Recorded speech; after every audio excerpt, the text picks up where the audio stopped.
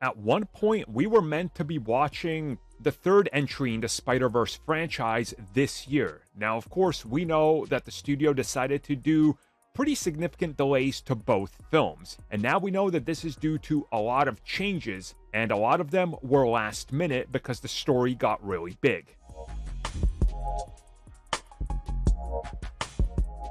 So what we've learned recently is that there was a lot of stuff that was scrapped from the initial idea of Spider-Verse 2 and 3, and that very late in production, they decided to scrap what sounds like almost the entire third act of the second film and really go back to what they think is going to pull off a better two-part story, but also put more emphasis on more characters.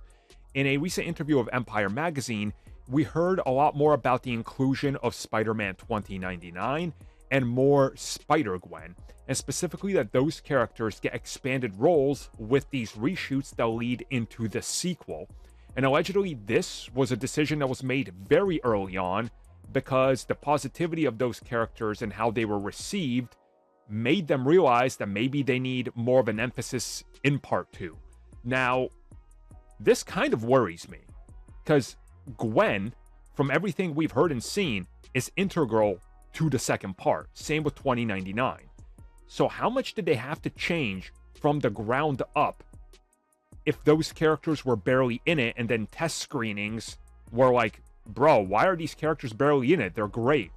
Like, do you guys get what I'm saying?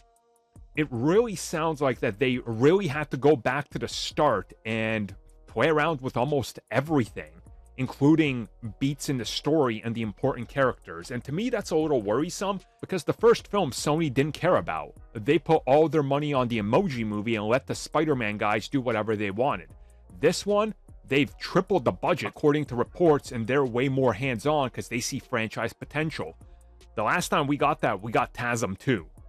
So I'm starting to get a little worried because TASM 2 also experienced the same exact thing. They did a test screening. People were like, this is good, but,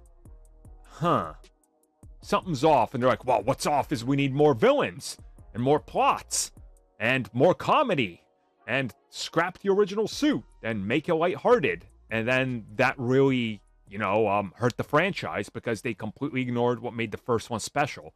I'm starting to get some worrying aspects and flashbacks to that now, and I hope my gut is wrong, but man, I don't think it's smart to admit things like this, that you essentially revamp the entire film. Like, that's not good.